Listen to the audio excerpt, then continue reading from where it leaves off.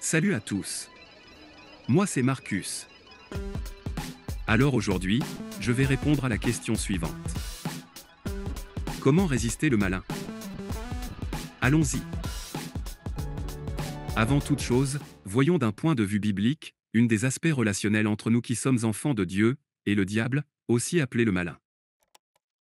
Dans la première lettre de Jean le chapitre 5 et le verset 18, la deuxième partie du verset nous dit « Mais celui qui est né de Dieu se garde lui-même, et le malin ne le touche pas ». C'est intéressant de constater que pour Dieu, le diable ne doit pas toucher à ses enfants. Cependant d'un point de vue honnête, très souvent c'est le contraire qui se passe. Alors que devons-nous faire? Jacques le chapitre 4 et le verset 7 nous dit « Soumettez-vous donc à Dieu, résistez au diable, et il fuira loin de vous ». Voilà la réponse, il nous faut résister au diable. Ce qui nous amène à la question suivante, comment y résister? Ok, entrons dans le vif du sujet. Première épître de Pierre le chapitre 5 et le verset 8. Soyez sobres, veillez. Votre adversaire, le diable, rôde comme un lion rugissant, cherchant qui il dévorera. Petite mise au point, votre véritable adversaire c'est le diable. Et non pas votre belle-mère, votre patron, ou votre voisin. Ok? Votre adversaire le diable, rôde comme un lion rugissant. Maintenant, soyez attentifs à cela. Il n'est pas un lion rugissant. Il est écrit, comme un lion rugissant. Il ne l'est pas, pourquoi? Parce que Jésus est le lion de la tribu de Juda. Le verset continue en disant, cherchant qui il dévorera. Cela nous montre premièrement que le diable ne peut pas dévorer n'importe qui.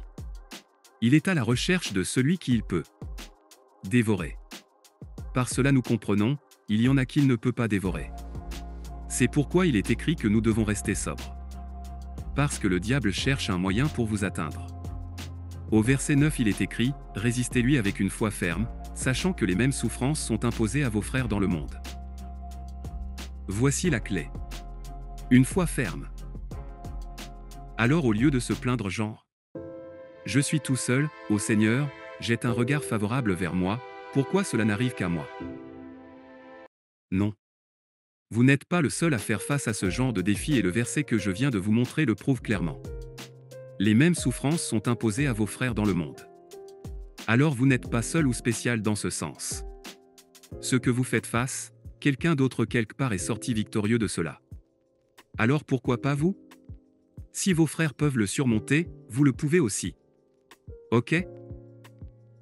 La raison pour laquelle les enfants de Dieu se font dominer par le diable est due à un manque de fermeté dans leur foi en Dieu. Dans les vidéos précédentes nous avons vu ensemble que Dieu est fidèle et il ne peut pas faillir à sa parole. Alors croyez en lui. Car lui seul nous garantit la victoire. Comme il est écrit dans 1 Corinthiens 15 et le verset 57, « Mais grâce soit rendue à Dieu, qui nous donne la victoire par notre Seigneur Jésus-Christ. » Vous voyez? Dieu est avec nous et il nous donne la victoire. Alors, il nous faut tenir ferme et rester sobre. Le mot sobre peut être traduit comme un état d'esprit alternatif. Souvent dû à l'effet de l'alcool dans le monde naturel, le contraire de sobre est le terme ivre. Malheureusement les gens se mettent dans de tels états, car ils essaient de fuir à leurs problèmes, alors qu'il suffit juste de décharger sur Dieu de tous vos soucis, de résister le diable avec une foi ferme. Sincères salutations. C'était Marcus. À la prochaine pour une autre vidéo. No religion for your intellect.